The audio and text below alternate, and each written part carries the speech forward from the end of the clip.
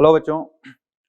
तो बेटा अपन लोगों का जो विद्युत रसायन चैप्टर है ऑलमोस्ट अब लास्ट स्टेज में चल रहा है ना। तो देखो लास्ट क्लास में अपन लोगों ने पढ़ा था विद्युत चालकता और चालकत्व के बारे में, ठीक है। उस पे सारे पहलुओं पे हमने चर्चा करी थी, कोलरॉस लॉ वगैरह पे भी बात करी थी। तो कोलरॉस लॉ की मदद से हम लोग क्या करते हैं, मैंने बताया था आप लोगों को कि हम लोग वियोजन गुणांक निकालते हैं और क्या निकालते हैं बेटा, एक वियोजन जो है या विघटन नियतांक, ठीक है, या वियोजन नियतांक, कोई भी अम्ल है, एसिड है, के बी, ये सब निकालते हैं। तो यहाँ पे क्या होगा कि अगर अपन लोग 0.025 मोल पर लीटर मीथेनोइक अम्ल है, ठीक है, दैट इज फॉर्मिक एसिड, ठीक है। तो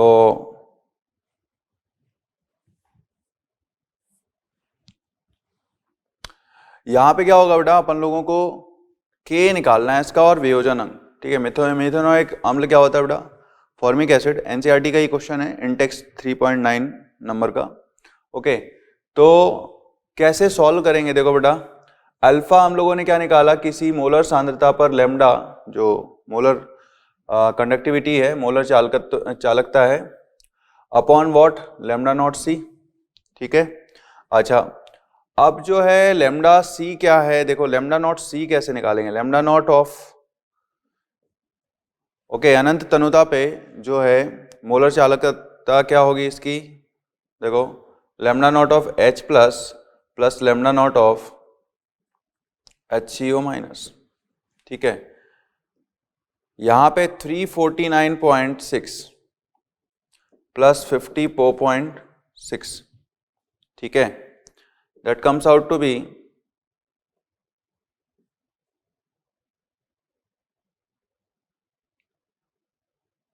ये आएगा बेटा 94549 40, सही कर रहा हूँ ना, 349 है ना, ओके सॉरी। सो ये कितना हुआ, 6 6 12, 9 4 13 और 1 14 है, 5 4 9 और 1 10, ओके 404.2, ठीक है। Simon centimetre square mole inverse, ये अपन लोगों ने लेमडा नॉट सी निकाला, मतलब इसकी मोलर चालकत्व तो अनंत तनुता पर, और जो है जिस सांद्रता पे हम लोगों को बात करी जा रही है 0.025 मोलर, इस सांद्रता पे जो है मोलर चालकता कितनी है बेटा, 46.1, ओके, अपॉन व्हाट 404.2, इसको कैलकुलेट करोगे बेटा ये 0.114 के आसपास आएगा, ठीक है। अल्फा आ गया। अब देखो फॉर्मिक एसिड का अपन लोग क्या करेंगे, आयनाइजेशन करेंगे, तो यहाँ पे क्या आएगा, format ion plus H plus ion, ठीक है, ये आपका Ka आ जाएगा, और Ka कितना आएगा भाई, Ka आएगा format ion into H plus ion, मतलब अगर ये C0 कॉन्सेंट्रेशन है, C0 में से अल्फा चला गया तो ये C0 अल्फा और ये C0 अल्फा, ठीक है। तो अपन जानते हैं कि C0 alpha into C0 alpha upon C0 1 minus alpha, तो C0 कैंसिल आउट हो गया, C0 alpha square upon 1 minus alpha, that will be equal to value of K, ठीक है। अब अल्फा की वैल्यू यहां से पुट कर दो बेटा, अल्फा की वैल्यू पुट कर दोगे, C0 आपको पता ही है कितना है, 0.025, ओके, मल्टीप्लाइड बाई ये आप कर दो alpha square upon 1 minus alpha, alpha की वैल्यू डाल दो, तो यहाँ पे 0.114 की वैल्यू जब डालोगे तो क्या होगा, यहाँ पे आपका जो आंसर आएगा वो रफली आता है 3.67 इंटू 10⁻⁻⁴ के अराउंड आता है, ओके। सो ये कैलकुलेशन चेक कर लेना, ओके। तो ये तो हो गया आपका कोलरॉस लॉ का एप्लीकेशन। नाउ एक और है आपका कि इसमें जो है अविलेय जो लवण होते हैं, धातु के अविलेय लवण, उनकी हम लोग क्या करते हैं, विलेयता ज्ञात करते हैं। ओके, तो या विलेयता गुणनफल ज्ञात करते हैं।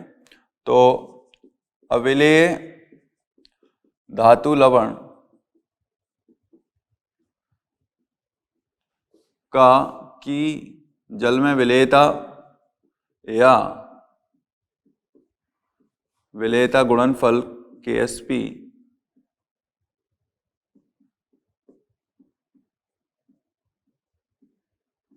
ओके।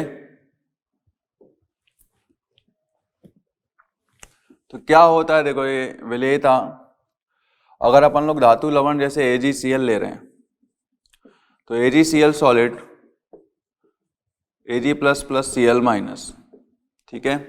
अपन को पता है कि ये अविलेय या बहुत अति अल्प विलेय क्या है, मतलब इनका ना के बराबर सॉल्युबिलिटी होता है, ठीक है।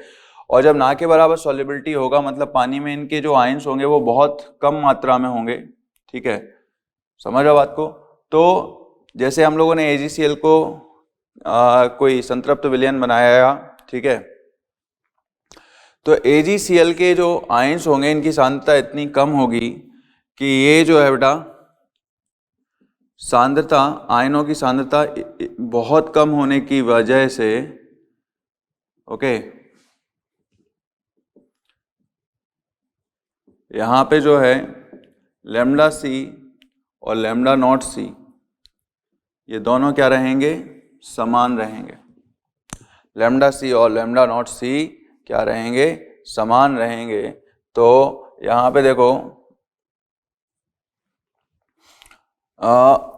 लैम्डा सी हम क्या लिखते हैं, 1000 इंटू के अपॉन सांद्रता, ठीक है। अब सांद्रता कितनी है बेटा, जो आयंस हैं या इसकी जो विलेयता है वो S मोल पर लीटर है।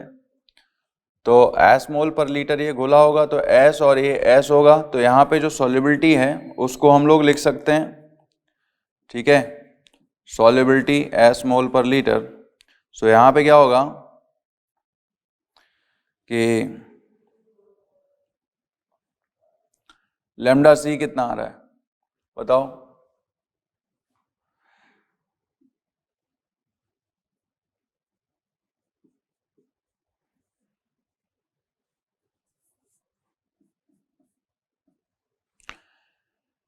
लैम्डा सी जो है वो आपका लैम्डा नॉट सी के बराबर होगा, ठीक है, या लैम्डा सी लैम्डा नॉट सी के बराबर होगा, ये दोनों बातें बराबर हैं, ठीक है। तो अपन लोग क्या लिख सकते हैं, ये फॉर्मूला लिख सकते हैं कि जो भी आपका विलेयता जो है मोलर विलेयता, मोलर जो है चालकत्व होगा, ओके, वो क्या होगा बेटा 1000 इंटू के, क्लियर, ये चालकता है, और ये अपॉन उसकी जो विलेयता है सॉल्युबिलिटी मतलब S, ठीक है। अब इसके लिए Ksp निकालना हो तो Ksp इज इक्वल टू क्या होगा, S into S square, okay, समझ में आ गई बात। तो इस तरीके से अपन लोग ये क्वेश्चंस करते हैं, ठीक है। अब जैसे अपन लोगों को बोला जा रहा है अपनी जो मॉड्यूल है उसका एग्जाम्पल नंबर 39 देखो आप, ठीक है। सो एग्जाम्पल 39 क्या आएगा,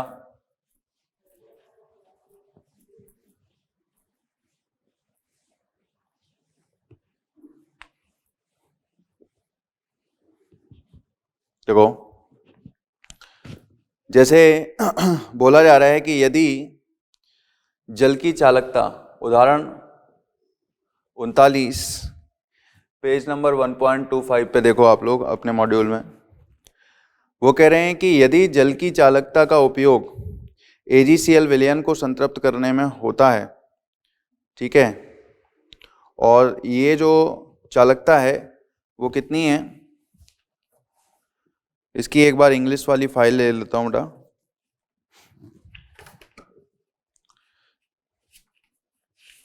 हिंदी में कई बार ट्रांसलेशन में गलती हो जाती है, तो एक बार इंग्लिश की मॉड्यूल से मैं देख ले रहा हूँ। A conductivity of water used to make standard solution of AgCl तो कंडक्टिविटी आपको दे रखी है K AgCl की 3.1 into 10⁻⁵ ohm inverse centimetre inverse. Okay, now and conductance of AgCl solution. Okay, conductance आपको दे रखी है AgCl सॉल्यूशन की. ये वाटर की कंडक्टिविटी दे रखी है बेटा. ओके, और AgCl सॉल्यूशन की कितनी दे रखी है 4.5 इंटू 10⁻⁵, है ना, AgCl सॉल्यूशन की. और ये वाटर की दे रखी है, ठीक है ना. और ये वैल्यू दे रखी है आपको 4.5 इंटू 10⁻⁵. नाउ अपन लोगों को बोला जा रहा है कि कंडक्टेंस जो है वो क्या होगी, KSP पता करना है. तो कैसे पता करेंगे, सबसे पहले हम लोग लैम्डा नॉट निकाल लें भाई. तो लैम्डा नॉट क्या होगा आपका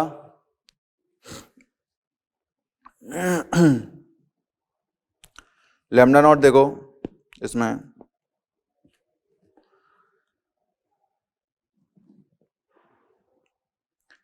लैम्डा नॉट सी जो आएगा आपका, लैम्डा नॉट AgCl निकालना है हम लोगों को. क्या निकालेंगे भाई, लैम्डा नॉट ऑफ हमें दे रखा है AgCl एक दुर्बल विद्युत अपघट्य है, तो अपन लोग प्रबल की मदद से निकाल लें. Lambda naught of Ag plus AgNO3 से मिल जाएगा. Lambda naught of Cl minus NaCl से मिल जाएगा. माइनस लैम्डा नॉट ऑफ हमें NO3 और यहाँ से Na प्लस हटाना है, तो लैम्डा नॉट ऑफ NaNO3. ठीक है, तो यहाँ पे क्या होगा 20 प्लस 200, ठीक है, प्लस 126.4 माइनस 310, ये आता है आपका 16.4. ओके, अब सॉल्युबिलिटी निकालनी है. तो सॉल्युबिलिटी का अपन लोगों ने क्या फॉर्मूला पढ़ा है भाई, S is equal to 1000 into K upon solubility. ठीक है, S निकाल लोगे. ठीक है, अब जो है यहां पे क्या होगा, यहां पे लैम्डा सी और लैम्डा नॉट सी बराबर होगा, तो लैम्डा नॉट सी तो आपका इधर जाएगा. ठीक है, K की वैल्यू आपको दे रखी है AgCl के विलयन की, वो कितनी दे रखी है भाई 4.5 इंटू 10⁻⁵. तो इसको पुट कर देना, यहाँ पे देखो सॉल्व कर ही रखा है. और यहाँ पे सॉल्युबिलिटी निकल आएगी. सॉल्युबिलिटी कितनी आ रही है भाई 2.74 इंटू 10⁻3, है ना. तो KSP क्या आएगा S², तो सॉल्व हो जाएगा. ठीक है, चलो अपन लोग बढ़ते हैं आगे. ठीक है, अब देखो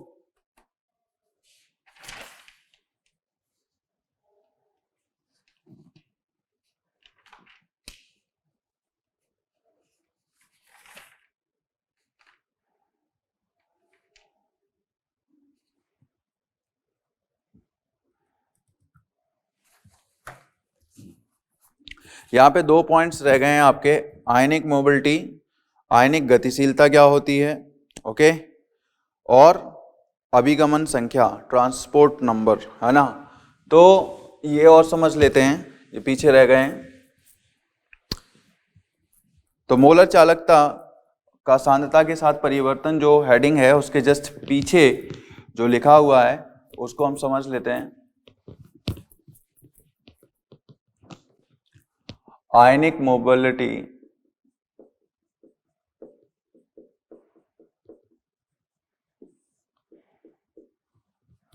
ओके.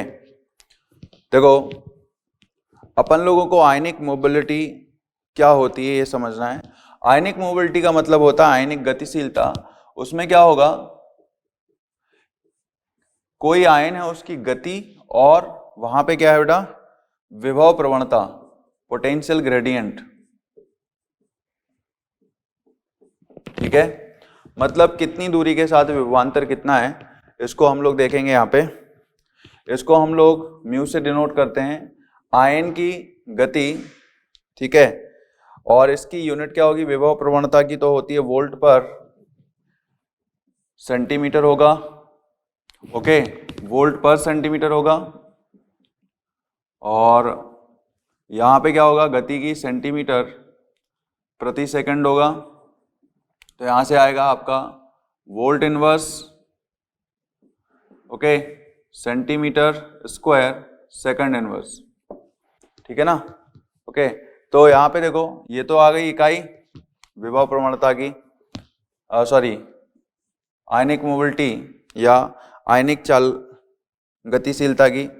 अब इसमें जो है आयनिक गतिशीलता म्यू जो होगा वो लैम्डा नॉट सी अपॉन 96,500, ठीक है। सो ये आपका क्या होगा, lambda naught C divided by 96,500, okay. ये आपका फॉर्मूला बनेगा आयनिक गतिशीलता का। एक आता है आपका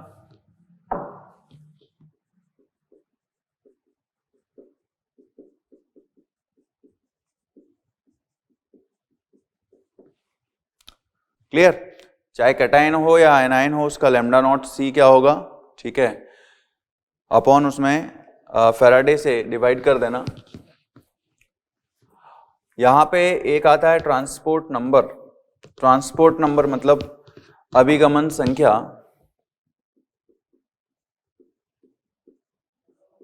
ट्रांसपोर्ट नंबर,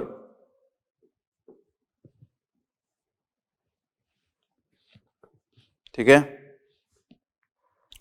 तो यहाँ पे आएगा आपका स्थानांतरित अंक, स्थानांतरित अंक या अभिगमन संख्या,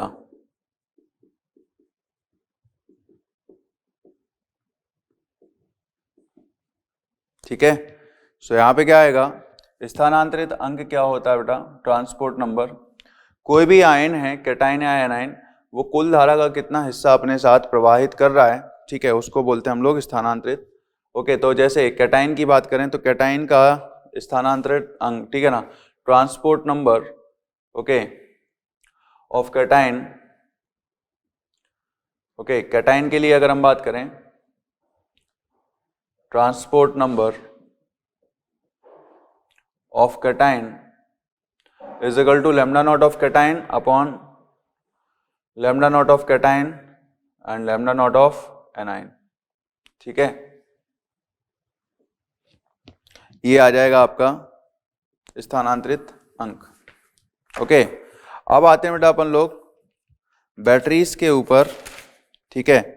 बैटरियां क्या हैं और ये कैसे काम करती हैं, इस पे हम बात करेंगे। तो सब लोग अब ये थ्योरेटिकल पार्ट निकाल लो, 1.26 पेज और 1.27 पेज पे जो थ्योरी है उसको हम लोग कंप्लीट करेंगे, ठीक है। मतलब अब ये पूरा थ्योरेटिकल रह गया है, एक बार सब लोग उसको ओपन कर लो, ठीक है, ताकि अपना टाइम बच जाए।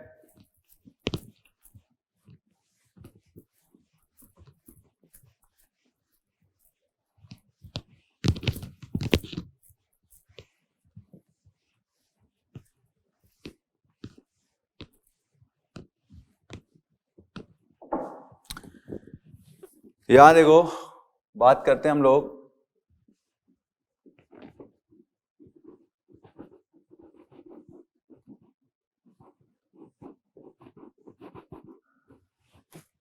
बैटरियां, ओके।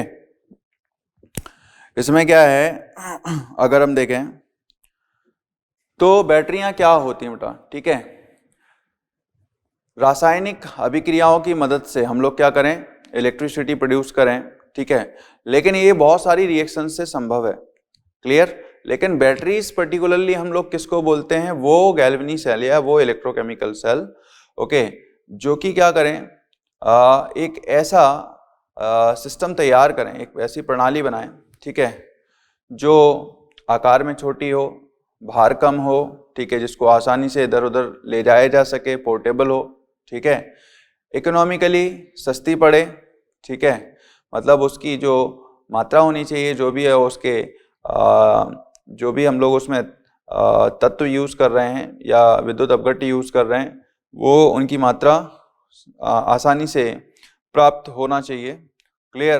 तो ये सारे फैक्टर्स को कंसिडर करते हुए हम लोग जो अपनी दिनचर्या में उपयोगी जो चीज़ें होती हैं उसमें इलेक्ट्रिसिटी की जो ज़रूरत बैटरी की मदद से हम लोग कंप्लीट करते हैं, ठीक है। तो ऐसे सेलों को ओके हम लोग क्या बोलते हैं, बैटरियां बोलते हैं। कमर्शियल लेवल पे हम लोग बात करते हैं, जैसे हमारी कार की जो है बैटरी होती है, घर में इन्वर्टर लगा हुआ है, ठीक है। हम जो है सेविंग करते हैं तो ट्रिमर वगैरह में जो सेल लगा होता है, घड़ियों में सेल लगा रहता है, ओके। वॉच यूज़ करते हैं, ठीक है। तो उन सब में जो सेल लगे होते हैं वो सारे आपके क्या होते हैं, ठीक है, वो कहीं ना कहीं बेटा वो बैटरियां कहलाते हैं, ठीक है। तो बैटरियां यहाँ पे दो तरीके की होती हैं। एक तो होती है आपकी प्राथमिक, ठीक है, और दूसरी कौन सी होती है, सेकेंडरी, ओके। प्राथमिक और जो है आपका द्वितीयक सेल, सेकेंडरी सेल, ओके। द्वितीयक सेल एंड प्राथमिक cell. Primary batteries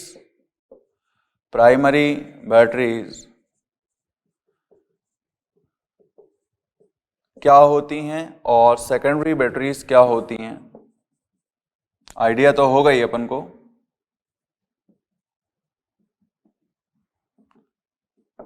primary batteries वो होती हैं जिनमें रासायनिक अभिक्रिया एक बार होने के बाद संपन्न हो जाए, मतलब उसमें जो भी विद्युत अपघट्य हैं या जो भी इलेक्ट्रोड्स वगैरह यूज करें हैं, ठीक है, वो रासायनिक अभिक्रिया को एक बार करके, ठीक है, जो है समाप्त हो जाते हैं। मतलब जितने समय तक वो सेल उपयोग में है वो तो ठीक है, लेकिन उसको एक बार खत्म होने के बाद, ठीक है, डेड हो जाने के बाद सेल को हम लोग उपयोग ना कर सकें, उसको बोलते हैं हम लोग प्राथमिक सेल, ठीक है।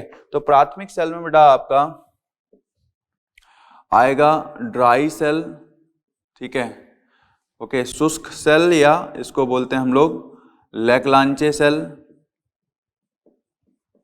ठीक है, मर्क्यूरी सेल, मर्क्यूरी या बटन सेल,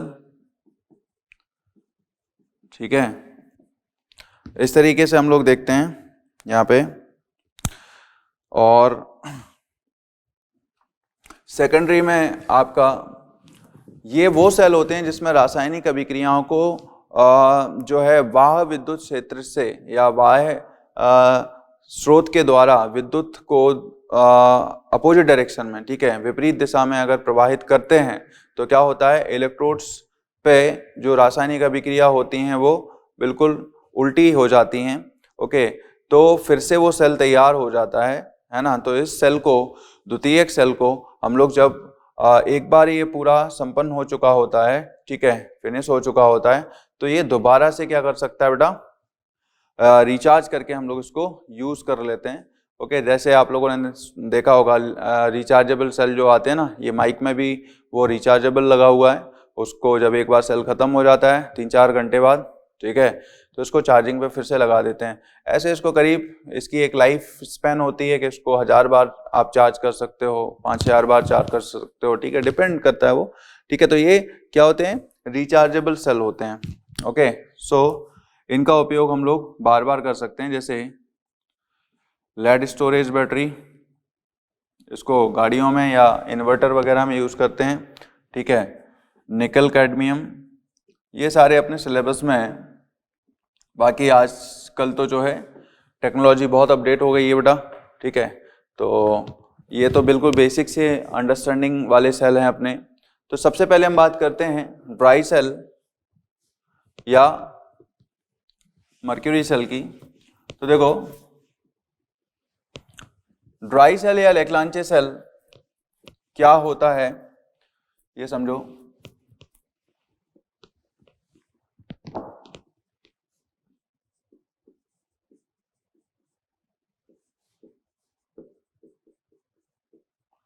ड्राई सेल या आपका बटन सेल जो होता है, ठीक है, क्या कर रहा हूं मैं,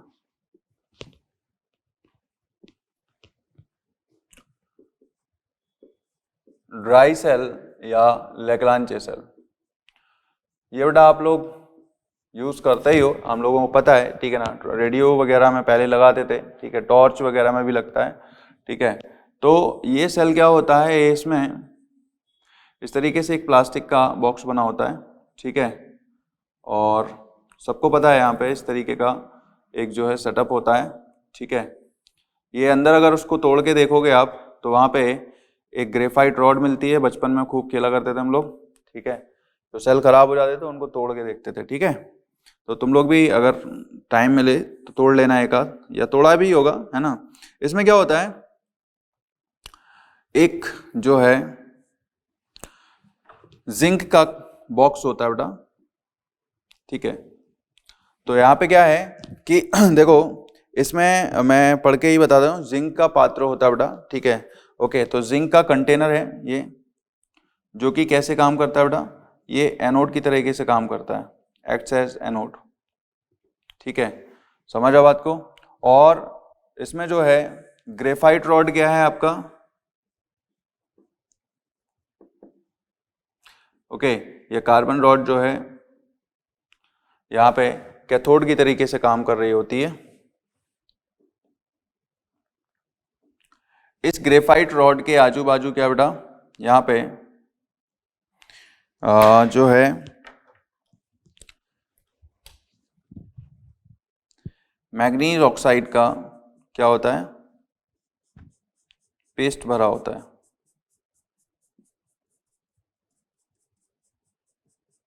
ठीक है। इस तरीके से ये मैग्नीज ऑक्साइड का क्या होता है, कार्बन के साथ मिला के एक पेस्ट होता है, ठीक है। यहाँ पे अमोनियम क्लोराइड की एक जेली की जो है सेपरेट करने वाली एक बाउंड्री होती है, ठीक है। और यहाँ पे क्या होता है बेटा, यहाँ पे आपका NH4Cl का एक पेस्ट भरा होता है ZnCl2 के साथ मिला के, और फिर इसको कार्डबोर्ड में लपेट देते हैं जिंक कंटेनर में। फिर उसके बाद कार्डबोर्ड रहता है और प्लास्टिक की लेयर रहती है, ठीक है। तो वो तो एक अलग स्टोरी है, लेकिन जो काम के कंपोनेंट हैं वो तो ये वाले हैं बेटा। यहाँ पे NH4Cl प्लस ZnCl2 मिक्सचर, ठीक है। और ये जो सेपरेट करने वाली लेयर है, ठीक है, वो आपकी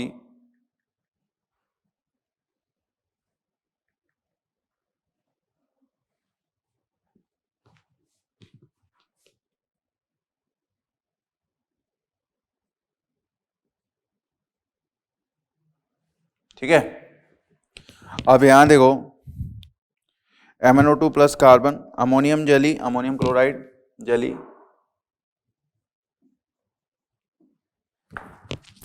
ठीक है। अब देखो इसमें क्या होता है बेटा, ये तो फिगर मैंने बनाया, जो एनोड होगा उस पे क्या होगा भाई, हालांकि सेल रिएक्शन ये कॉम्प्लेक्स होती हैं, लेकिन अपन लोगों को ओवरऑल सरफेसियल लेवल पे समझना है ना, बहुत ज़्यादा उसकी एग्जैक्ट मैकेनिज्म नहीं जाननी है, लेकिन एक जो मुद्दे की बात है वो समझ में आ जानी चाहिए कि क्या हो रहा होगा वहाँ पे। तो जिंक का जो कंटेनर है बेटा वो एनोड की तरीके से काम कर रहा होता है, तो Zn जो है अपना इलेक्ट्रॉन जो है लूज करता है। ये दो इलेक्ट्रॉन क्या है, इस तरीके से बीच में क्या होता है, हम लोग इस तरीके से सर्किट जोड़ते हैं जिसमें भी करंट चाहिए होती है, ठीक है। तो एक देखा होगा आप लोगों ने, इस तरीके से बनाते हैं हम लोग, और बाकी यहाँ पे सर्किट होगा जिसमें भी हमें इलेक्ट्रिसिटी पास करनी है। तो जिंक ने इलेक्ट्रॉन जो है बेटा दिए, और ये इलेक्ट्रॉन क्या होगा यहाँ पे कार्बन रॉड के ऊपर पहुंचे, ग्रेफाइट रॉड के ऊपर, ठीक है। अब जो ग्रेफाइट रॉड है बेटा वो कैसे काम कर रही है, कैथोड की तरीके से, ओके। तो वहां पे रिएक्शन क्या हो रही होगी कैथोड पे, ये देखो वहां पे MnO2 बेटा रिड्यूस होता है +4 ऑक्सीडेशन स्टेट से। अच्छा, अमोनियम क्लोराइड जो है पोरस जेली थी इस पे, और यहाँ पे अमोनियम क्लोराइड भरा हुआ था बेटा, ये धीमे धीमे इस तरफ जाएगा, ठीक है, क्लियर। और MnO2 के मिक्सचर के साथ अमोनियम आयन जो है क्या करेंगे, वहाँ पे Mn को रिड्यूस करेगा MnOOH, ठीक है। ये +4 से +3 ऑक्सीडेशन स्टेट में गया और यहाँ पे एक इलेक्ट्रॉन रिसीव करा, प्लस क्या आएगा यहाँ पे, अमोनिया। ठीक है, ये जो अमोनिया गैस बन रही है बेटा, इसको ये अंदर प्रेशर बढ़ाएगी। ठीक है, अगर गैस बनेगी अंदर तो क्या होगा, इसका प्रेशर बढ़ेगा। इस प्रेशर को डेवलप होने से बचाने के लिए यहाँ पे क्या है, अपन लोग ZnCl2 का मिक्सचर डाल देते हैं, मतलब Zn NH3 का होल 4 या होल 4 Cl2। ठीक है, इस तरीके से कॉम्प्लेक्स बना लेता है। ठीक है, तो यहाँ पे क्या होगा, जिंक क्लोराइड की यही एक खास बात रहती है यहाँ पे। ठीक है, कि वो अमोनिया जो इवॉल्व हुई है उसको क्या कर लेता है बेटा, कंज्यूम कर लेता है। ठीक है, तो ये आपका हो गया क्या, लेक्लांचे सेल। इससे बेटा अपन लोगों को क्या है, एक जो है 1.5 वोल्ट का पोटेंशियल मिलता है इससे। ठीक है, जो वोल्टेज मिलता है। अच्छा, ये समझ में आ गया अपन को। बढ़ते हैं आगे। दूसरा है मर्क्यूरी सेल। ओके, सो मर्क्यूरी सेल में क्या है, देखो, या बटन सेल इसको बोलते हैं। मर्क्यूरी सेल बेटा एक कांस्टेंट वोल्टेज सेल भी होता है, मतलब उसमें जो है वोल्टेज ड्रॉप नहीं होता जैसे बाकी ये जो ड्राई सेल होता है, इसमें क्या होता है, टाइम के साथ इसका जो इलेक्ट्रोलाइट खत्म हो रहा है ये, ठीक है, इनकी कंसंट्रेशन कम हो जाने से क्या होगा, यहाँ पे ये सेल पोटेंशियल क्या होता जाएगा, इसका डिक्रीज करता जाएगा। ठीक है, अब जैसे ड्राई सेल की मैं बात करूं बेटा, ठीक है, सॉरी ड्राई सेल नहीं, बटन सेल की बात करूं, ओके, या लेक्लांचे सेल की बात करूं, mercury cell, okay, mercury cell या बटन सेल, देखो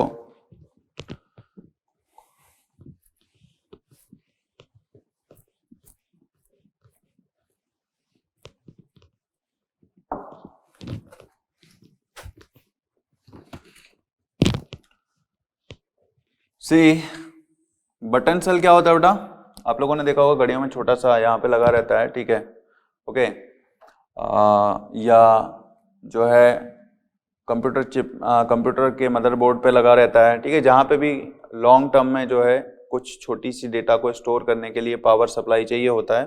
ठीक है, कारों में भी लगा रहता है बेटा। ठीक है, जो ड्राइविंग पैनल पे उसका रिकॉर्ड रखते हैं, गाड़ी कितने किलोमीटर चली, ये सब रिकॉर्ड रखने के लिए, है ना। तो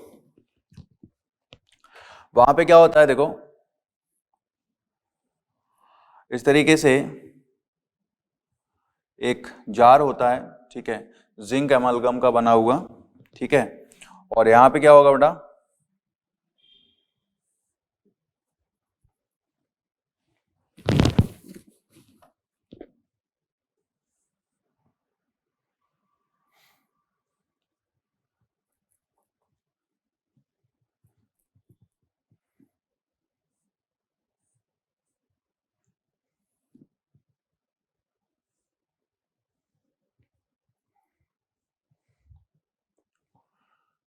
ये इस तरीके से आप देख सकते हो, एनसीईआरटी में फिगर देख सकते हो। ठीक है, फिलहाल फिगर नहीं बना रहा हूं, बहुत ज्यादा टाइम जाएगा उसमें। एनोड कैप होता है बेटा, ठीक है, और यहाँ पे एनोड किस चीज का बना होता है, यहाँ पे जिंक अमलगम का एक एनोड कैप या एनोड बना होता है। ठीक है, और जो है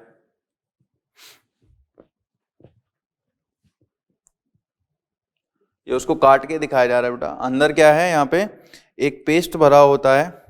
ठीक है, कंसंट्रेटेड जो है यहाँ पे जिंक पात्र एनोड की तरह भांति कार्य करता है, और जो है कार्बन की छड़, जो कार्बन इसमें पाउडर रहता है बेटा, कार्बन का पेस्ट जो होता है, ठीक है, और मर्क्यूरिक ऑक्साइड का पेस्ट होता है। ठीक है, मर्क्यूरिक ऑक्साइड प्लस कार्बन का जो पेस्ट होता है वो कैथोड के तरीके से काम करता है।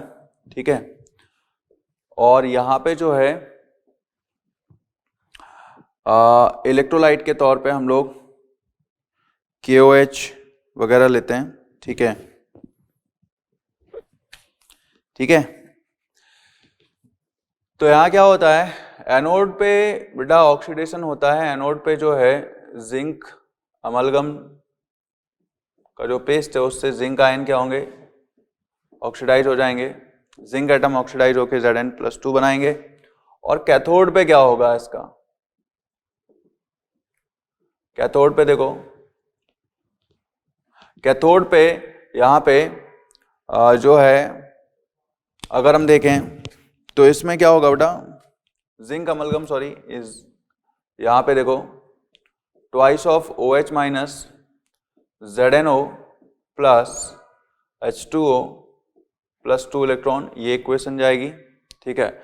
और उल्टा बेटा यहाँ पे जो कार्बन और मर्क्यूरिक ऑक्साइड का जो पेस्ट है कैथोड के तरीके से, वो क्या करेगा, यहाँ पे ये 2 इलेक्ट्रॉन रिसीव करके क्या बनाएगा, यहाँ पे साथ में वाटर भी रहेगा, तो ये आ गया आपका Hg प्लस 2OH माइनस, ठीक है। तो यहाँ पे क्या हुआ, Zn plus HgO solid gives what, ZnO plus Hg liquid, ठीक है, समझ आ गया। तो यहाँ पे क्या है, आप देख सकते हो कि जो ओवरऑल सेल रिएक्शन आ रही है उसमें जो विद्युत अपघट्य है, ठीक है, उसकी सांद्रता क्या बेटा, यहाँ पे एनोड पे OH माइनस कंज्यूम हो रहा है और कैथोड पे उतना प्रोड्यूस हो रहा है, ठीक है। तो इस तरीके से क्या है, कहीं ना कहीं अपन लोगों ने देखा कि यहाँ पे इलेक्ट्रोलाइट की सांद्रता बदल ही नहीं रही है, इसलिए इसका ई सेल फिक्स ही रहने वाला है बेटा, ठीक है। मतलब सेल पोटेंशियल जो है वोल्टेज 1.35 वोल्ट के आसपास ये देता है, ठीक है, और ये थ्रू आउट द लाइफ, ठीक है, इतना देता रहेगा, ठीक है। चलो, मतलब सेल की जो भी लाइफ रहेगी, नहीं तो अपनी लाइफ मत समझ लेना इसको, ठीक है। यहाँ पे जिंक तो खत्म ही हो रहा है ना बेटा, ठीक है, तो जिंक खत्म हो जाएगा जिस हिसाब से, या मर्क्यूरिक ऑक्साइड का पेस्ट खत्म हो जाएगा, तो वहां पे ये कहानी हो जाएगी, ठीक है। अब हम बात करते हैं यहाँ पे सेकेंडरी सेल, जिसमें लेड स्टोरेज सेल या सीसा संचायक सेल बोलते हैं इसको हिंदी में, ठीक है। तो देखते हैं इसको, अगर अपन लोग बात करें यहाँ पे सी, ये जो इलेक्ट्रोड अपन लोगों को दे रखे हैं, इसमें क्या है भाई, एक एनोड और एक कैथोड, ठीक है। तो जो लेड स्टोरेज बैटरी है, इसमें क्या करेंगे बेटा, अपन लोग एनोड बनाएंगे लेड की प्लेट का, ठीक है, और इसमें क्या है भाई, लेड के ऊपर जो है लेड डाइऑक्साइड की कोटिंग करके हम लोग कैथोड बनाएंगे, ठीक है। अब होता क्या है, यहाँ पे एक इलेक्ट्रोलाइट के तौर पे हम लोग H2SO4 का सॉल्यूशन भर देते हैं, डाइल्यूट सॉल्यूशन, ठीक है, जिसकी डेंसिटी जो है 1.31 ग्राम पर ml रहती है, और जो है 38% वेट बाई वेट जो है सॉल्यूशन रहता है वो, ठीक है। अब देखो होता क्या है, एनोड पे जो रिएक्शन होती है उसमें जो लेड है वो सल्फेट आयन के साथ रिएक्ट करता है, और यहाँ पे PbSO4 उस इलेक्ट्रोड पे जमा हो जाता है, ठीक है, और ये जो है PbSO4 के रूप में यहाँ पे जमता जाता है, ओके। तो ये एनोड पे ये रिएक्शन हो गई, 2 इलेक्ट्रॉन निकले बेटा। कैथोड पे क्या है, कैथोड पे यहाँ पे PbO2, ठीक है, plus sulphate ion plus 4H plus 4 electron, ठीक है। सो ये क्या होगा, यहाँ पे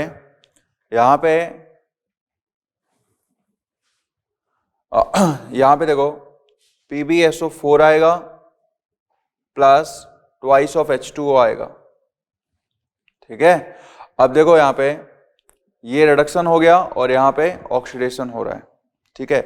अगर हम देखें यहाँ पे तो दोनों ही इलेक्ट्रोड्स पे क्या हो रहा है, PbSO4 डिस्चार्ज हो रहा है, ठीक है। तो इस तरीके से ये सेल काम करता जाएगा, इलेक्ट्रिसिटी प्रोड्यूस करता जाएगा। ओके, अब इसकी जो है इलेक्ट्रोलाइट की कंसंट्रेशन देखो क्या हो रही है, कम हो रही है, ठीक है। और जब इलेक्ट्रोलाइट की कंसंट्रेशन कम होगी मतलब H2SO4 कम होता जाएगा, तो इसकी डेंसिटी जब 1.21 ग्राम पर सेंटीमीटर क्यूब की रेंज में जाएगी तो इस सेल में एक सिग्नल होगा, ठीक है। यूजुअली इन्वर्टर वगैरह में हम लोग जानते हैं, या जो अपनी कार की बैटरी होती है उसके बारे में भी जानते हैं हम लोग, ठीक है। तो वहां पे क्या होता है कि अब इस सेल को जो है सेल डिस्चार्ज हो चुका होगा, मतलब इसमें इलेक्ट्रोलाइट की कॉन्सेंट्रेशन ड्रॉप हो गई है ना। तो अब इसको हम रिचार्ज करते हैं। रिचार्ज कैसे करते हैं भाई? अच्छा, इसमें एक बात और जान लेते हैं पहले कि ये जो सेल है, ठीक है, वो करीब 2 वोल्ट के आसपास का पोटेंशियल डिफरेंस देता है दोनों इलेक्ट्रोड के बीच में। तो अगर हम लोग 12 वोल्ट तक इससे अगर 12 वोल्ट का जो है अपन लोग क्या करते हैं वोल्टेज लेना चाहते हैं, ठीक है, तो यहाँ पे क्या करेंगे अपन लोग 6 जो है प्लेट्स का कॉम्बिनेशन इस तरीके से लगा देंगे। तो ये बड़ी बैटरी छोटी बैटरी इस तरीके से हम लोग जानते हैं, ठीक है। तो यहाँ पे अब देखो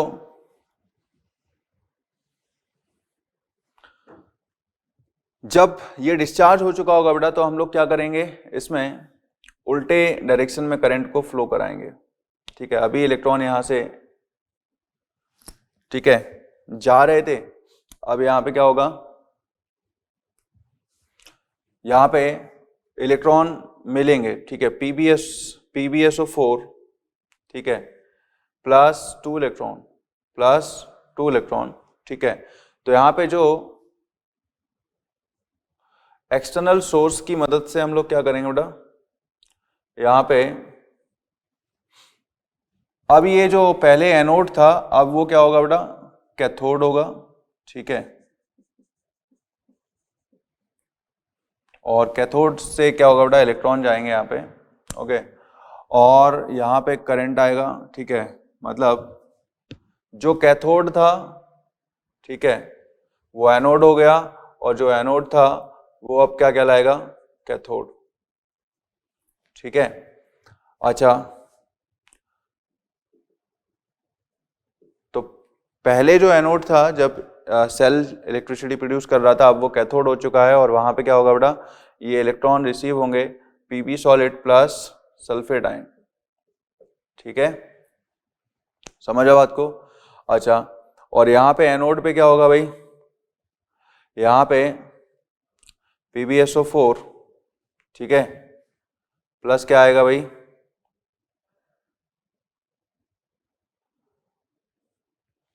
ठीक है। अब यहाँ पे जो है PbO2, ठीक है, बनेगा plus 4H plus sulphate ion, ठीक है, +2 इलेक्ट्रॉन, ओके। सो ये उल्टी रिएक्शन जाएगी यहाँ पे। तो मतलब जो एनोड और कैथोड के एलिमेंट्स थे वो वापस से क्या हो जाएंगे, रिस्टोर हो जाएंगे, ठीक है। तो इस तरीके से ये सेल काम करेगा बेटा, ठीक है, समझ में आ गई बात ना हो।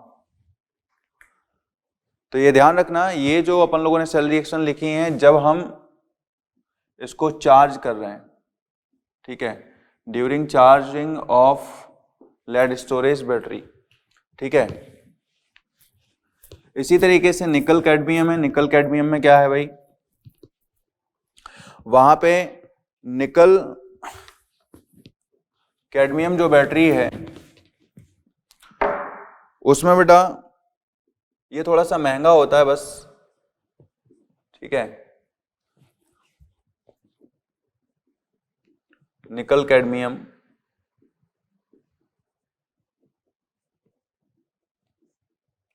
संचायक सेल,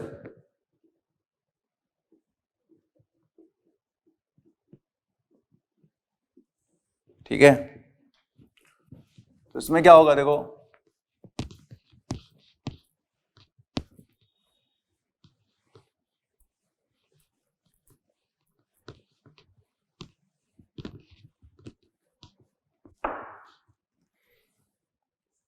कैडमियम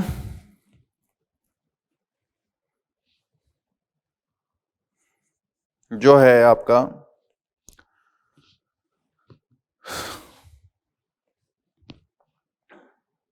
कैडमियम क्या आएगा बेटा यहाँ पे एनोड के तरीके से और निकल हाइड्रोक्साइड कैथोड के तरीके से यहाँ पे। तो कैडमियम ऑक्सीडाइज हो जाएगा, cadmium solid plus twice of NiOH thrice, ठीक है।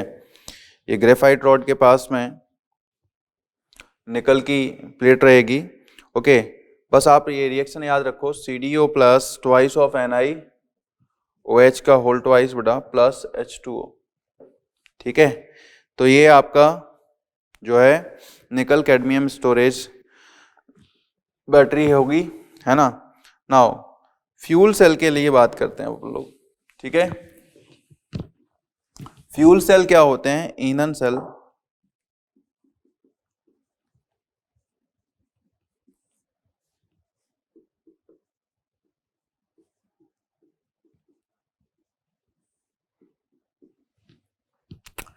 ईंधन सेल जो होते हैं, इसको समझो।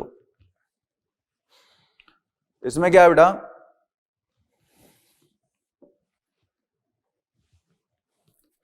एक्चुअली क्या होता है, जैसे फ्यूल सेल का मतलब है ईंधन रखने वाले जो सेल होते हैं, ठीक है। अब यहाँ पे ईंधन से क्या मतलब है हम समझते हैं, ठीक है। ज्यादातर क्या होता है, इलेक्ट्रिसिटी जो होती है अपन लोग जानते हैं पावर प्लांट वगैरह में प्रोड्यूस करी जाती है, ठीक है। वहां पे क्या होता है कि जो है बहुत ज़्यादा कोयला वगैरह ये बर्न करा जाता है, ठीक है। हाइड्रोकार्बन जो होते हैं, ठीक है, या पेट्रोलियम जो होता है उसको बर्न करके हम लोग क्या करते हैं, बहुत हाई अमाउंट ऑफ एनर्जी जो हीट बनती है बेटा, उससे हम लोग पानी को की वाष्प को क्या करते हैं, गर्म करते हैं। और बहुत ज़्यादा वाष्प जो है स्पीड जो है से टरबाइन को घुमाते हैं और टरबाइन की मदद से हम लोग क्या करते हैं, इलेक्ट्रिसिटी को प्रोड्यूस करते हैं, ठीक है। तो ये एक तरीका है इलेक्ट्रिसिटी को जनरेट करने का, क्लियर। तो जो पावर प्लांट होते हैं इसमें इस तरीके से हम लोग इलेक्ट्रिसिटी जनरेट करते हैं, ठीक है। लेकिन ये बहुत कॉस्टली है। दूसरा ये है कि इसकी जो दक्षता है, एफिशिएंसी है, वो क्या है, काफ़ी कम है। और साथ में क्या है, अगर एफिशिएंसी भी कम है, साथ में पोल्यूशन बहुत ज़्यादा है, ठीक है। और उसका जो है वातावरण में बहुत ज़्यादा नुकसान है, ठीक है। तो इसलिए क्या है, अपन लोग यहाँ पे बैटरीज की मदद से, ठीक है, रासायनिक अभिक्रियाओं की मदद से भी इलेक्ट्रिसिटी प्रोड्यूस कर ही सकते हैं बेटा।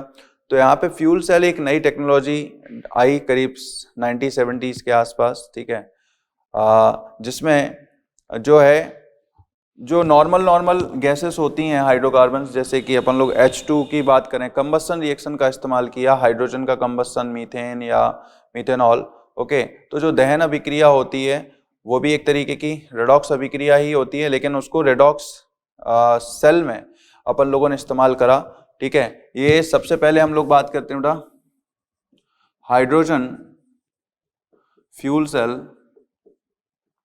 ठीक है। तो इसमें हाइड्रोजन फ्यूल सेल में क्या करा गया, इसमें जो है बेटा 3 इस तरीके से कंपार्टमेंट लिए,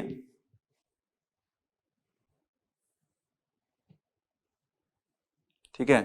और 3 कंपार्टमेंट लिए, एक हाइड्रोजन का, ठीक है, दूसरा ऑक्सीजन का, ठीक है, तीसरा जो है एक कंपार्टमेंट जिसमें इलेक्ट्रोलाइट हम लोगों ने पढ़ा, इसमें कॉन्सनट्रेटेड KOH लिया बेटा। हाइड्रोजन फ्यूल सेल में हाइड्रोजन गैस के सिलेंडर से इसमें एंट्री होती है, ऑक्सीजन गैस के सिलेंडर से यहाँ से ऑक्सीजन आती है बेटा। बीच में पोरस ग्रेफाइट इलेक्ट्रोड होते हैं, ठीक है, पोरस मतलब छिद्रित, ठीक है। इसमें दे ही रखा है अपनी मॉड्यूल में, पोरस ग्रेफाइट इलेक्ट्रोड छिद्रित होते हैं, ठीक है। तो देखो ये बना हुआ है बेटा फिगर आपको पेज नंबर 1.28 पे, ठीक है। तो आप इसको ओपन करके देख सकते हो। अब इसमें जो है रिएक्शन की दर को बढ़ाने के लिए क्या होता है बेटा, हम लोग कुछ कैटलिस्ट वगैरह की भी मदद लेते हैं, प्लेटिनम और पैलेडियम वगैरह, ठीक है, उनको इसके साथ मिक्स कर देते हैं इलेक्ट्रोड्स पे, ठीक है, और यहाँ पे KOH का विलयन भर देते हैं, ठीक है। अब पोरस छिद्रित होने की वजह से बेटा यहाँ पे क्या होता है, ये एनोड होता है और ये कैथोड होता है, ठीक है। एनोड पे क्या होगा बेटा, चार्ज प्रोड्यूस होगा, तो एनोड पे जो अभिक्रिया जाएगी, करंट जो है, इलेक्ट्रॉन्स मुक्त होंगे, तो यहाँ पे एनोड पे जो है H2 plus twice of OH minus gives what, twice of H2O plus 2 electron, ठीक है। ये तो एनोड पे अभिक्रिया हो गई। फिर उसके बाद कैथोड पे अभिक्रिया देखते हैं हम लोग, ठीक है। कैथोड पे क्या होगी बेटा, O2 है ना प्लस H2O प्लस 2 इलेक्ट्रॉन, ठीक है। ये क्या करेगा बेटा, यहां से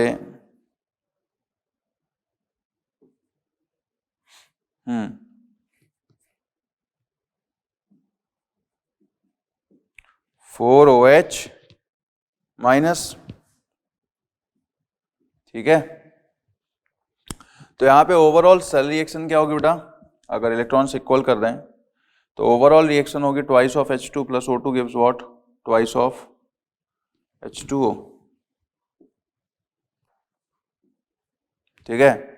twice of H2 plus O2 gives what, twice of H2O, ठीक है ना। तो ये आपकी जो है फ्यूल सेल की अभिक्रिया हो गई, हाइड्रोजन गैस फ्यूल सेल, ठीक है। यहां तक बात समझ आ गई। तो इसमें क्या होता है बेटा, पॉल्यूशन नहीं होता है, इसकी एफिशिएंसी जो दक्षता है 70% ऊर्जा विद्युत ऊर्जा में बदल जाती है, ठीक है। और इनकी जो प्रचुर मात्रा भी है, ठीक है, तो इनकी कोई ऐसा नहीं है कि हम लोगों को और ज़्यादा कॉस्ट बियर करनी पड़ रही है, हाइड्रोजन गैस और ऑक्सीजन गैस, ठीक है। इसी तरीके से मीथेन या मीथेनॉल वगैरह के लिए भी हम लोग ये अभिक्रिया यूज कर सकते हैं। तो ये समझ में आ गया बेटा ईंधन सेल क्या होता है, ठीक है, बहुत उपयोगी है। अपोलो स्पेस प्रोग्राम में इसको पहले यूज करा गया था, ठीक है। अपोलो जो हमें नासा की शटल थी, ठीक है, तो जो इंटरनेशनल स्पेस स्टेशन है वहां पे उसको भेजा गया था फर्स्ट टाइम, ठीक है। नाउ बढ़े आगे।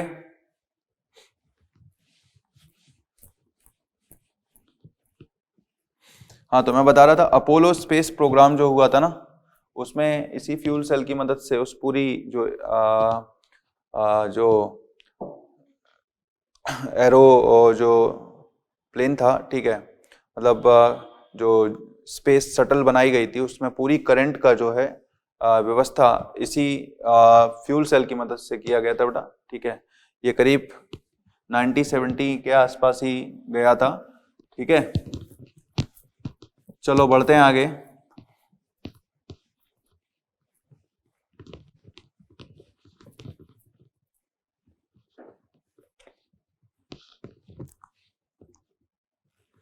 अब देखो उसमें करंट एफिशिएंसी लिखा ही है बेटा, सेल की कोई भी दक्षता होती है तो उसमें सेल ने कितना ऊर्जा मुक्त ऊर्जा दिया और उस रिएक्शन की कंबस्शन एंथैल्पी क्या है, ठीक है। तो ईंधन सेल की जो दक्षता होगी भाई H2 plus twice H2 plus O2 gives what, twice of H2O, इसकी एंथैल्पी ऑफ कंबस्शन हम निकालेंगे बेटा, ठीक है। ये एक दहन अभिक्रिया है, ठीक है। तो यहाँ पे डेल्टा जी निकालेंगे माइनस NF सेल से, ठीक है, अपॉन डेल्टा H निकालेंगे इनटू 100। समझ में आ गई बात। अब बात करते हैं हम लोग संक्षारण की या कोरोजन की, ठीक है, ये और समझ लेते हैं जरा, लास्ट में यही रह गया है। संक्षारण या कोरोजन क्या होता है हम देखते हैं बेटा। जो धातु होती हैं, ठीक है, उनका क्या होता है, संक्षारण होता है, ठीक है। तो कोरोजन हम समझ लेते हैं।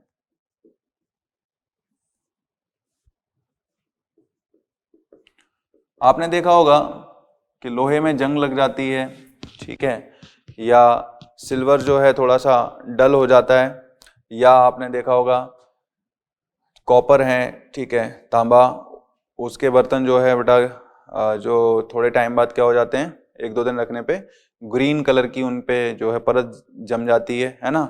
तो कोरोजन में होता क्या है, ठीक है, कोरोजन बेसिकली एक तरीके से रेडॉक्स प्रक्रिया है, ठीक है।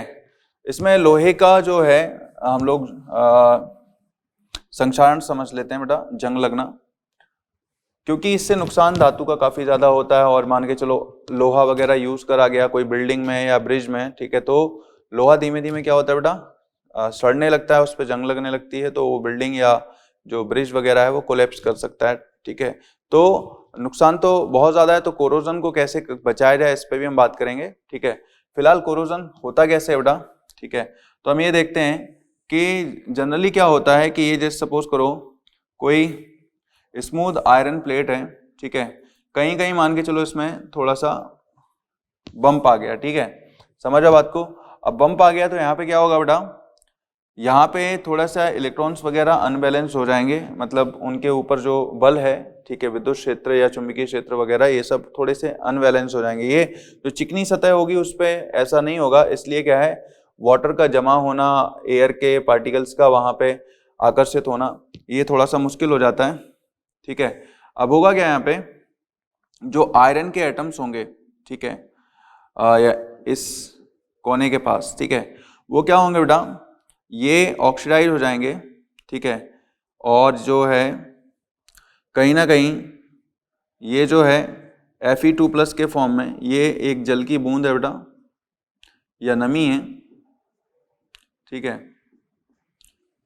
ये बहुत माइक्रोस्कोपिक लेवल पे हम बात कर रहे हैं कि ये बूंद है बहुत हल्की सी, ठीक है, और यहाँ पे जो है आयरन अपने इलेक्ट्रॉन्स को क्या कर रहे हैं बेटा, निकाल रहे हैं, ठीक है, और ये आयरन क्या हो रहे हैं बेटा, इस बूंद में जा रहे हैं, ठीक है, क्लियर। और ये क्या कर रहे हैं, ऑक्सीजन के साथ मिलके यहाँ पे, तो ये एक तरीके से रेडॉक्स अभिक्रिया है। एनोड पे ये क्या हो रहा है, Fe2++2 इलेक्ट्रॉन, ठीक है। अब जो है ना बेटा यहाँ पे जो ऑक्सीजन है, ठीक है, वो क्या होगी आयरन को, ठीक है, ये तो आपका इसका E0 कितना होगा बेटा, 0.44 वोल्ट, ठीक है। अब एनोड स्थल पर जो है, ये जो एनोड के तरीके से काम कर रहा है, मुक्त इलेक्ट्रॉन धातु के, ये जो धातु है आयरन धातु, ठीक है, धातु पदार्थ जो है उसके अंदर से होते हुए बेटा इलेक्ट्रॉन जो है एक स्थान से दूसरे स्थान पे पहुंचते हैं। और यहाँ पे जो है थोड़ा सा अम्लीय माध्यम मौजूद रहेगा मान के चलो इस जल में, क्योंकि कार्बन डाइऑक्साइड वगैरह जो घुली होती है उसके अंदर, उससे H2CO3 बनता है बेटा। H2CO3 क्या होता है, थोड़ी बहुत मात्रा में H+ और HCO3- में होता है, तो अम्ल थोड़ा सा H+ मौजूद होता ही है वहां पे, ठीक है। तो वो H+ क्या करेंगे बेटा, वो H+ इन जो है आने वाले इलेक्ट्रॉन का स्वागत करेंगे, ठीक है, और यहाँ पे उनको प्राप्त करते हुए ये ऑक्सीजन के साथ अभिक्रिया करेंगे, ठीक है। सो 4H+ plus oxygen plus 4 electron gives what बेटा, ट्वाइस ऑफ H2, ठीक है। तो ये रिएक्शन हो गई आपकी E0 = 1.23 वोल्ट, ठीक है। अब देखो ये जो है ना Fe2+ जो है ना, ठीक है, वो क्या करेगा बेटा, ऑक्सीजन के साथ ऑक्साइड बना लेगा, ठीक है। तो अब देखो वायुमंडल में उपस्थित जो ये तो अभिक्रियाएं दे रखी हैं आपको, ठीक है, वायुमंडलीय ऑक्सीजन द्वारा फेरस आयन और अधिक ऑक्सीकृत होकर फेरिक आयन में बदल जाते हैं, जो जल योजित होकर क्या करते हैं बेटा, Fe2+ जो है वायुमंडलीय ऑक्सीजन में Fe+3 में बदल जाते हैं, और Fe+3 जो होता है, ठीक है, वो क्या होता है, जल के साथ अभिक्रिया करके Fe2O3.XH2O, ठीक है, हाइड्रेटेड, और यही क्या है आपका फेरिक ऑक्साइड जंग के रूप में दिखाई देता है, ठीक है। और इसके साथ ही क्या होता है बेटा, हाइड्रोजन आयन पुनः मुक्त भी हो जाते हैं, ठीक है, इस अभिक्रिया के दौरान। क्लियर। तो ये आपको जो है इन दोनों को जब आप क्या करोगे, इसका रिडक्शन पोटेंशियल कैथोड का माइनस एनोड का रिडक्शन पोटेंशियल, एनोड का रिडक्शन पोटेंशियल -0.44 होता है, तो जब इसको आप वो करोगे, ठीक है, तो ई नॉट जो इस अभिक्रिया का आएगा बेटा ओवरऑल, ठीक है, इन दोनों को जब ऐड करोगे, ठीक है, तो क्या आएगा भाई, Fe solid plus 4H plus, ठीक है, ट्वाइस Fe, 2 इलेक्ट्रॉन यहाँ पे कम है तो 2 से मल्टीप्लाई करो, 4 इलेक्ट्रॉन कैंसिल आउट हो जाएंगे, ये क्या होगा यहाँ पे plus O2 gives what, twice of H2O plus Fe, Fe2 plus. Okay, तो अभी क्या होगा इसमें, ई नॉट आएगा आपका 1.23 plus 0.44 is equal to 1.67 volt, ठीक है। तो ये आपका हो गया क्या, कोरोजन बेटा, ठीक है। कोरोजन को रोकते हैं हम लोग कैसे, कोरोजन हानिकारक तो है ही, ठीक है, नुकसान काफी होता है उससे, अपन लोग जानते ही हैं ये सब कहानी तो, ठीक है। तो उसका कई सारे तरीके होते हैं बेटा, पेंट्स वगैरह कर देना, ठीक है, सरफेस को चिकना कर देना, ठीक है, ताकि कोरोजन होने के लिए प्रक्रिया स्टार्ट होने की संभावना कम हो जाए, ठीक है। और साथ में क्या है, अपन लोग कोई सैक्रिफिशियल जो है मेटल भी यूज कर सकते हैं। सैक्रिफिशियल मेटल मतलब जो बलि का बकरा बन जाए, ठीक है, कि सपोज करो अपन लोग क्या करते हैं, बोट वगैरह रहती है ना बेटा, ठीक है, पानी में, तो वहां पे क्या होता है कि जो सॉल्टेड वाटर होता है उसमें रेडॉक्स अभिक्रिया और तेजी से चलती है, तो नीचे जो एल्यूमिनियम वगैरह लगा होता है ना, ठीक है, एल्यूमिनियम की आयरन की जो फॉइल से, क्योंकि एल्यूमिनियम हल्का होता है तो ये जहाज वगैरह उसी से बनाए जाते हैं, ठीक है। तो वहां पे क्या होता है कि अगर वो एल्यूमिनियम या जो आयरन वगैरह हैं, ठीक है, तो ये अगर ख़राब हो जाएंगे तो बोट तो ये है कि बेटा कब छेद हो जाए उसमें, ठीक है, और पता चले बीच समुद्र में डूब जाए। क्लियर।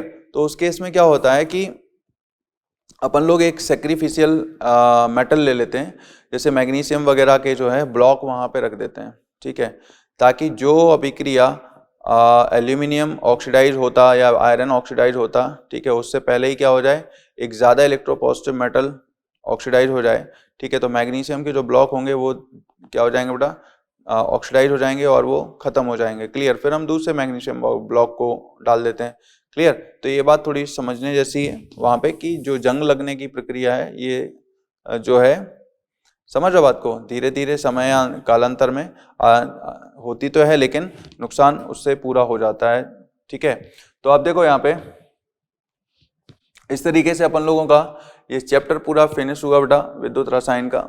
ओके, बाकी अपन लोग अब नेक्स्ट क्लास में करेंगे, ठीक है, क्लास का टाइम भी हो गया है। क्लियर। सो अपन लोग बेटा जो है नेक्स्ट क्लास में प्रश्न रसायन स्टार्ट करेंगे और कुछ न्यूमेरिकल सेक्शन पे बात करेंगे, ठीक है। तो चलो फिर मिलते हैं नेक्स्ट क्लास में अपन लोग। Thank you very much.